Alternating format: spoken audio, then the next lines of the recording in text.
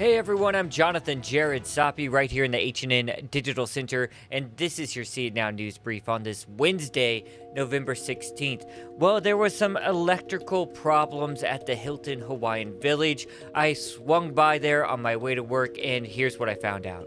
Just talked to some guests over there at the Tapa Tower. They're telling me their power was restored around 2 a.m., but they went a long time without. Officials here at the hotel telling us they were dealing with an electrical incident that occurred yesterday in the morning that was impacting things like power, air conditioning, property-wide. Luckily, it was sort of a cool day yesterday. Also, again, those elevator services that were impacted, they said they had limited guest and service elevators that were available there in the Tapa Tower. But again, those guests telling me power restored this morning around 2 a.m. This is a big deal because this is the largest Hilton in the world, one of the world's largest hotels. A lot of people stay in here, and you gotta remember, it ain't cheap to stay here either. So you gotta only imagine some people are probably a little upset, but the guests I talked to were in good spirits. They said they slept through it until, again, around 2 a.m. when everything clicked back on, and they were on their way out of here. They were in the elevators that were working, headed back to their home destination.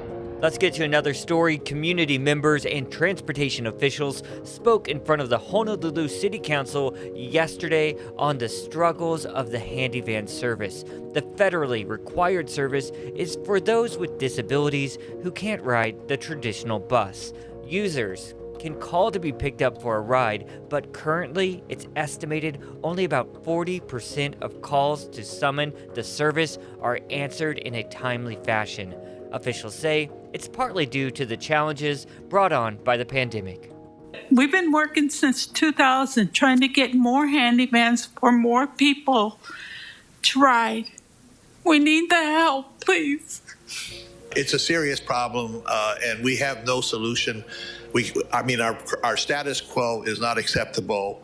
Another issue, a shortage of vans. The current fleet is wearing out, and supply chain issues and other economic factors have inflated prices and shrunk availability of these specialized vans across the country. The city is in the process of acquiring 65 new vehicles, but a contract is on hold for price negotiations. And that's going to do it for your See It Now News Brief on this Wednesday. Hope to see you at noon on This Is Now, airs on KHNL and all your HNN digital platforms. Aloha.